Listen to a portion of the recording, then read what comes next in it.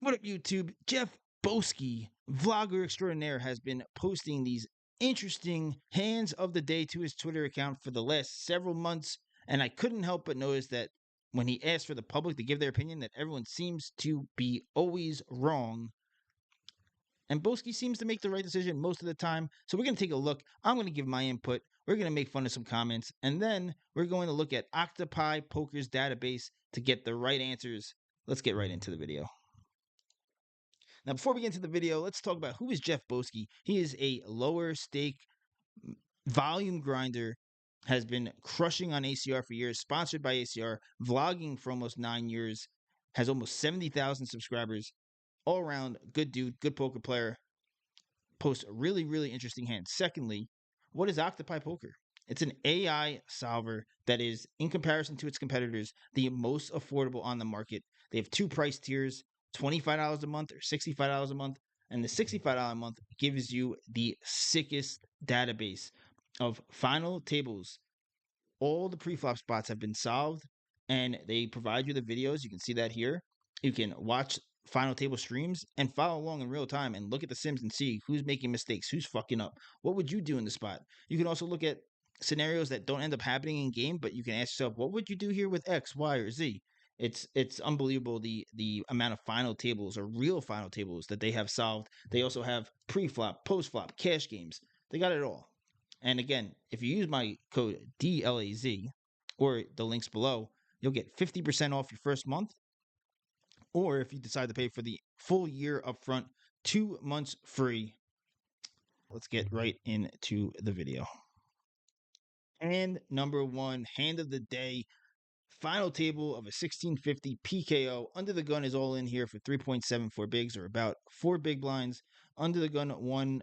Now this is 5-handed, so he's actually hijacked. And then the cutoff, or under the gun one 5-handed, is all in for around 17 big blinds. And we are chip leading barely with pocket eights and have a clear decision. Now I can see why this is a tough decision. Obviously the KOs have to be somewhat considered, but their values at this point on a final table are going to be virtually worthless. We're too deep in the tournament. The blinds are too big. I'm not going to get all into the math right now, but you won't see enough of an impact just because there's an extra 150 or 10 buy-ins added into this pot. However, the first thing you have to ask yourself when you find yourself in these positions is, what will be the result of the hand if I win, and what will be the result if I lose? If we win, we'll obviously be chip leading, but not a massive chip leader, a little less than maybe a 2-1 chip lead on the big blind. And if we lose, we're going to be by far, 4-4 or 5-4. I'm sorry, 5-5, depending on what happens with the short stack. So the upside is not massive. There's some small upside there. The downside is pretty significant. It puts us in a really tough spot where if we fold, we're in a decent position here to make a deep run at this tournament. Also, how many stacks are still behind us? This player is, in my opinion, making an immediate mistake by isolating and not just clicking here or just calling. He wants to have an out to still fold and save chips. There's a big portion of his range that's good enough to call here, but not good enough to call one of these covering stacks behind. And then he also has hands like aces and kings that want to trap. With that being said, he should not be playing any shoves here, in my opinion. He should have maybe some clicks, but for the most part, he should just be calling. Because he shoves, it makes it harder for us to do anything here but fold. We still have to be concerned. If this guy ends up putting it in here, eights is drawing completely dead. If this guy puts it in here, eights is not doing well, and now we're in really bad shape against 3 players. So eights, in my opinion, has to fold here. I don't even think nines is good enough to call. I think he's making a mistake by isolating and not clicking or just calling, and that's my opinion. Let's take a look at the poll, and you can see 51.5% says all in, 48.5% says fold. I believe that these guys are going to be wrong. Population. Let's go and look at the Octopi Poker Sim now. Okay, so here we are at the sim. I had to find a similar but not identical sim that I believe is going to actually be an even wider calling range, because the shoving and isolating ranges are both shorter. Now, this is a 6-handed versus a 5-handed spot. And why that changes is we're going to be the cutoff in this scenario for Boski, and that gives one extra range behind us we have to consider when it comes to calling off. I still don't think it's going to make enough of a difference, and we'll look at the button's calling range here as well to confirm that. But in the scenario, the hijack or under the gun 5-handed, in this case the low jack under the gun 6-handed, goes all in for only 3.4 bigs, and now the isolating stack here only has 11 bigs. Again, in BOSKI'S scenario, the isolating stack had 17 bigs. Just going to point out, there's no hands that want to isolate all in. There's hands that want to call, hands that want to click to 5.75 bigs. All in's not an option really. 0.01% of range does it. But we can even see, like, if he clicks, tens is going to be bottom. Let's say he just call. I'm sorry. Let's say he goes all in and call. He's now going to be 3-bet isolating himself with tens plus, mixing nines. But in game, the scenario is all in and all in, and you can see our calling range is tens plus. That's simple. Tens is barely making money, nines is clearly losing, so eights is not going to be even close in the spot. Let's say he folds, we go to the button, same idea. Even tens can start to fold. It's already indifferent of 17.6, because again, the upside is not huge, the downside is significant, and these ranges should be a little tighter than you would think, right?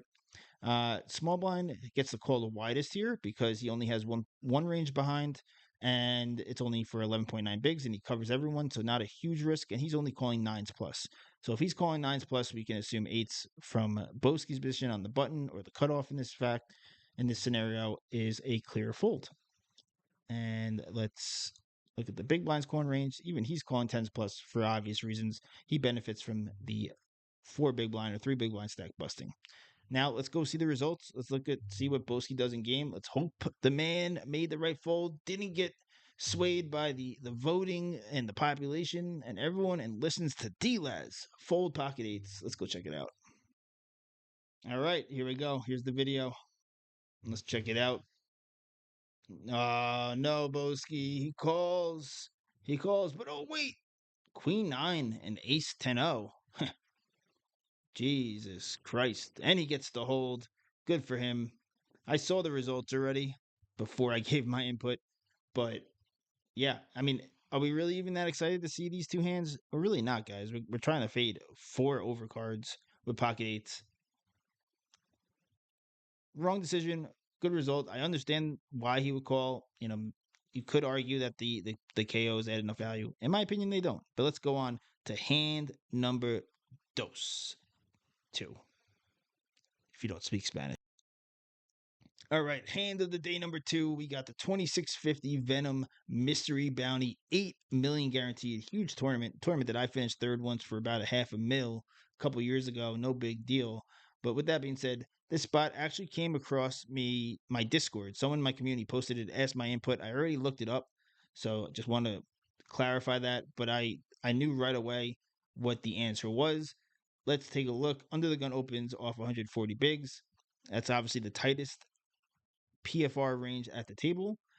Under the gun 1 now 3 bets the tightest range, so this is the tightest 3 betting range, to 7 big blinds off of a massive stack. And the button now puts in the cold 4 bet despite this action to 16.35 bigs off only about 90 big blinds or so. And we have pocket queens in the small blind. Clear fold. It's not even close. I'm telling you, queens is already indifferent to just this action. Just the open and the 3 bet. Taking out this 4 betting range. Indifferent means it can do either. It's like basically break even. Can fold, can put more chips in. But once you add in the 4 betting range, queens is just not even close anymore. You are just torching. Like, I don't care if these guys are all Brazilian and the craziest fucks on the internet. They're still at this. Every single range is tighter and tighter and tighter. That queens becomes basically worth nothing. Let's go take a look at OCTOPI, see if it agrees. But first, let's see what the population voted. And people are saying 60% all in. This is hilarious. I saw this before. I couldn't believe it. Absolute joke. This would be a massive mistake. Poker is not dead. Let's go look at the OCTOPI pre-flop sim. All right, here we go. I pulled out 2 even chipped sims, 80 big blinds all around and 100 bigs all around. There are uneven sims, meaning different stack depths available, but because everyone's so deep here, there wasn't anything that gave the clearest similar example to this exact sort of spot, but I think we can still get a good feel for the spot by comparing both what to do at 80 and 100. So we go to under the gun here, who opens the 2.3, and under the gun one's 3 betting range is about 6% at 80 effective to 8 big blinds. Fold here to the button, and you can see the button's bottom of range here is queens. He's only cold calling with queens for the most part, mixing in some 4 betting. Again, notice no shoving. Why are we not shoving here? Because in case it goes shove, shove, we want to have an option to fold. Just like the final table spot, even though this is purely chip EV, no ICM, you still are going to put yourself in a position where you're up against ranges that have you crushed or a portion of your range crushed, like ace king suited and ace king O, and queens for that matter. And if we ever decide to go with jacks, the little sliver that it does. But in the scenario, the button puts in the 4-bet, and now we can see here what the small blind does here off 80 big blinds. And you can see he's just going with aces, kings, and ace king suited. Now he gets to play some shoves because we're only 80 effective. Aces likes the 4-bet or 5-bet. Sorry, kings just a sliver of 5-betting. But queens, massive mistake to ever want to shove all in here at 80. And let's just compare it to 100 bigs. Why not? So under the gun opens, under the gun 1-3-bets. We can skip to the button here who puts in the 4-bet. You can see he's a little wider off 100, but still jacks is basically a fold. Queens cold calls and mixes some 4-betting.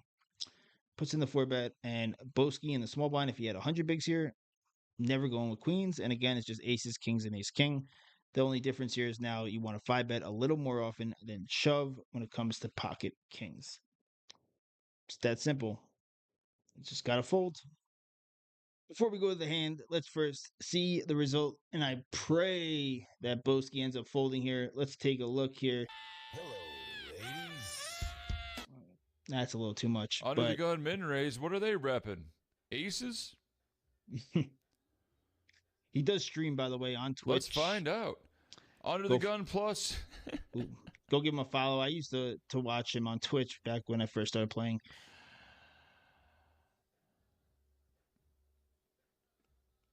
It's not a PKO yet. He's already very tilted, obviously. What the fuck is this? You never want to see. I mean, all this action when you have queens. Please fold. He's taking the screenshot. Not a big fan of folding queens pre-flop, but hand of the day. That's why he screenshotted. Let's just put him right in the muck. Good fold. Just gonna muck the ladies, and yeah. What more can we do? Just gotta lose 0.5 big blinds and fold. Good fold. Good fold. The action here goes check, bet. Oh, jacks and tens beat us, and so do kings and queens. All in.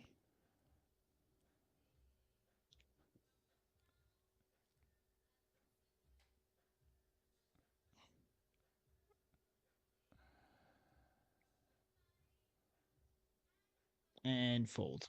Who the fuck knows what this guy had? Either way, this guy's range is already incredibly tight. Let's go on to the next hand. All right, you know what? I changed my mind. We got in 2 solid hands. We're gonna call it there. Leave a comment below. Let me know what you think. Do you want to see more of this kind of stuff? I can do, more Boski hands of the day. We can look at just popular Twitter hands, whatever it may be. I think you're going to enjoy Octopi Poker a bunch. It's going to be featured on the channel. They have tons of features like post flop and more, intensive pre-flop ICM sims, post-flop ICM. If you're just a poker enthusiast, you'll get value out of the trainer and, watching the YouTube streams and following along with the sims. It's a lot of fun. It's easy, not that intimidating of a tool to use to improve your game, and it's affordable, most importantly. Now, follow, like, subscribe, help me get to 4,000 subscribers. Number 2, join my Discord, join the community so you can be a part of it all when I go live on Kick or post a new video, or just if you have a hand history question or just want to, talk poker. It's a great place to be. With that, this is D-Laz, and I'm out. Support me. My first affiliate deal, Octopi. Link below, code DLAZ. D-Laz. We out.